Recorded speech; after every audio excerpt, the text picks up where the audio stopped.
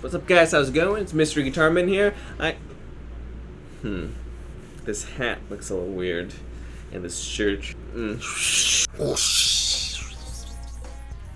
I wanted to give you guys an in-depth look into our new project coming out called Meridian. It's a really big project. It's a 40-page script, so whenever you're working on a project that big, you need to do some pre-production. We were working on this project for 4 months even before we shot a single frame of it. Taking the time to do some pre-production can save you a lot of time on set when there are 30 people standing around waiting for you to tell them what to do. To start, we had to write a script. All the guys here at the MysteryGuitarMan studio, we spent a lot of time talking about ideas. We figured out an idea that we really liked. We wrote an outline of what we wanted, and my friend Mike Cruz and I, we wrote a script. The first script that you write is always going to be a really rough script. It's just what you write down to get it onto the page so that you get a story going. A good first step, which is not really usually a first step, but we decided to do, was to do a table read with a bunch of actors who are friends of ours but wouldn't necessarily be in the film. We did this to help bring the script to life and to get an actor's perspective on the lines, and just to see what other people thought of the story. Of course, sir. I'm glad to help. Call us back anytime if you have any more trouble.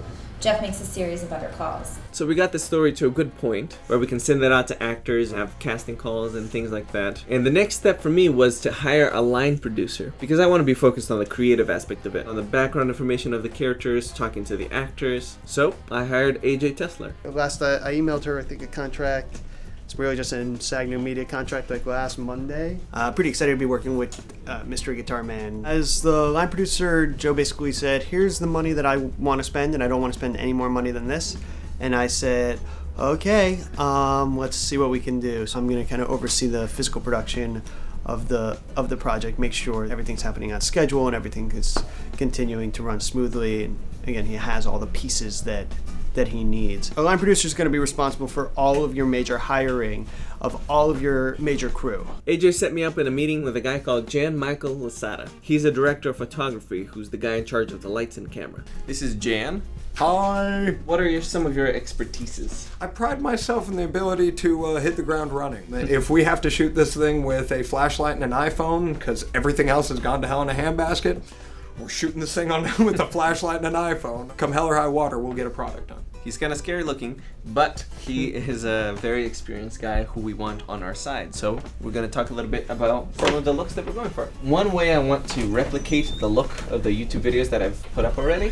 And in the other way, I kind of want to show that it's not one of my normal YouTube videos, right? So like the first shot of this thing after the little teaser is going to be the shot of an eye, which is something that you don't see in my videos ever. Right. And you know immediately, okay, this isn't a MysteryGuitarMan video. This is different. What is this? Now that we got AJ and Jan on board, we had to check out filming locations. Those can get really expensive, and we didn't have that big of a budget for this. So we're always thinking about money when we're out on set. But we need a location that works for what the script calls for. So the first thing we did was turn to Think Tank Gallery. A couple of friends of ours own this gallery, so they hooked us up with a good deal. The script originally called for a street, but it's very expensive to close down a street. So we checked out an alley that we wanted to shoot.